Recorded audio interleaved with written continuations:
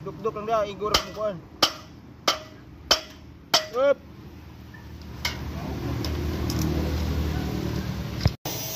Hey yo, what's up mga chong? This is James Bisdak. Welcome back to my channel agad. Kung bago ka pa sa channel ko, mag-subscribe ka na at i-ring mo na rin yung bell para update tayo sa mga bago nating video. At bagong lahat, let's roll the intro.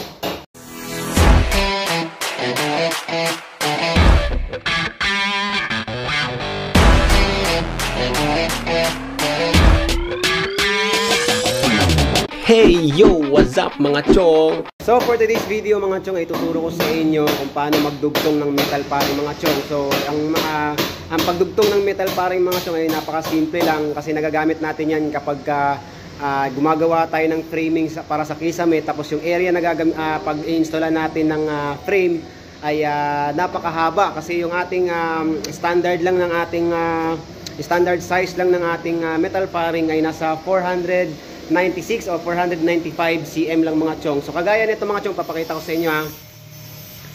So kagaya nito mga chong, tapos na tayo mag-install ng ating C-channel mga chong, no. So yung haba ng ating area na pag-installan ng ating metal paring mga chong ay mahaba kasi ito mga chong ay nasa 716 cm ang haba nito pa ganyan. So yung ating metal paring ay nasa 496 cm lang or 495 cm. So bitin. So kailangan natin ng dugtong mga chong para umabot siya galing dito papunta doon. So ituturo natin sa inyo kung paano magdugtong ng ating metal paring mga chong na matibay at na sobrang dali lang gawin mga chong, no. So let's go.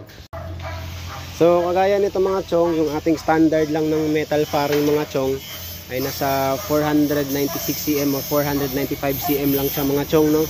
So ang gagawin natin para umabot siya ng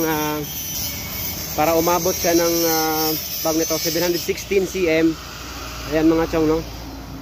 So ang gagawin natin ay magpuputol tayo ng tawag nito ng puputol tayo ng tig 1 feet or 12 inches, no, na metal paring. Ito yung gagawin nating pangdugtong dun sa gitna ng ating dugtungan ng ating metal paring mga chong, no. So maya maya ipapakita natin habang nagkakat yung ating kapatid, no. So ayun mga chong, ito yung ating standard length ng ating metal paring. So 495 o 496 cm. So na siya, no. So ito na yung ating connector na ginawa kanina. So 1 feet siya. So kulang siya kasi yung ating area is 716 cm. So nagdagdag tayo ngayon ng ating isang metal paring na kadugtong niya mga chong, no, para at least umabot siya dun sa ating area. So ito ay 240 cm. So nilagyan natin ng allowance, no, para makapag-adjust tayo mamaya pagkabit, para pag between siya pwede natin adjust natin doon. So ito yung connector natin, 12 inches siya, no. So ang gagawin natin dito mga chong, tutupiin natin dito yung magkabilang dulo. So yan, let's go. So ito yung gagawin natin, tutupiin lang natin ito muna ng ating connector, no. Ayan. So ayan siya. So sa kabilang dulo naman ganun yung gagawin natin.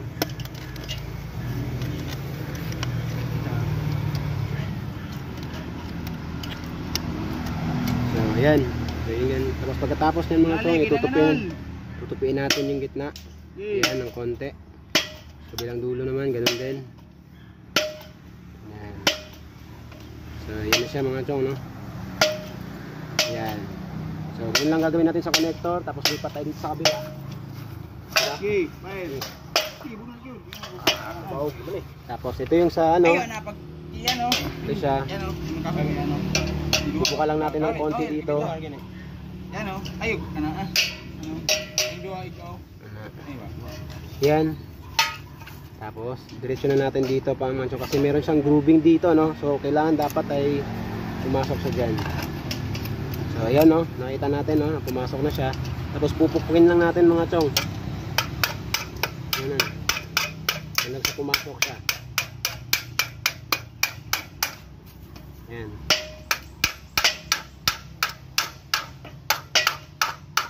So ayan, so nakikita nyo pumasok na siya, no. So dugtong naman natin, ganun din ang gagawin natin sa kabilang dulo, no. So ayan. Ganyan din ang gagawin natin. Mali, kinanganal. So, ayun mga chong, lagyan na natin dito sa kabila. So, bubukan natin ng konti dito. Same procedure lang, ano? Yan. Yan. Eh. Kopya, Hmm. Okay. Yan lang, tapos pupukuin na natin dito. Sige, end na ba? End na. Yan, pupukin lang yan hanggang sa umababot. Sige.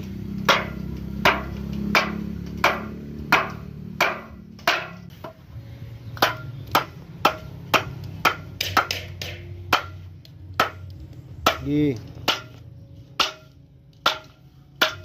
Sige.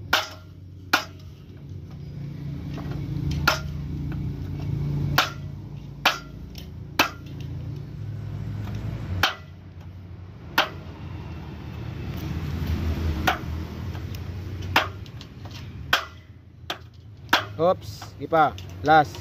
Hop, ano. Right, ganun. So ayan, kung napapansin nyo, ayan, tugtong na sa mga chong, no. So yung groove niya dito saka yung groove niya dito ay pantay at pantay lang dito, no.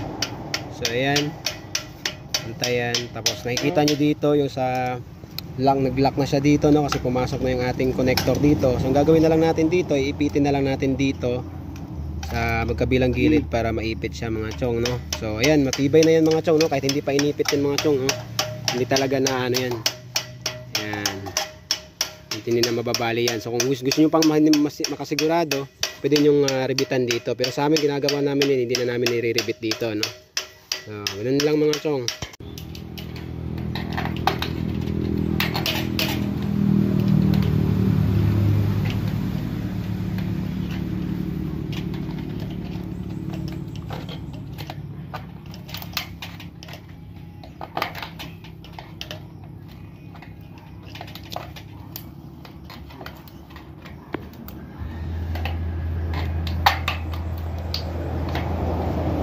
Na.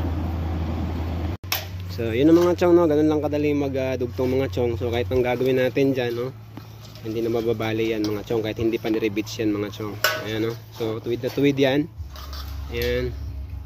So para wala, kung titingnan natin mga chong, no, parang wala siyang dugtong. So ayan, ganun siya katibay. So ganun lang kabilis magdugtong ng ating metal paring mga chong.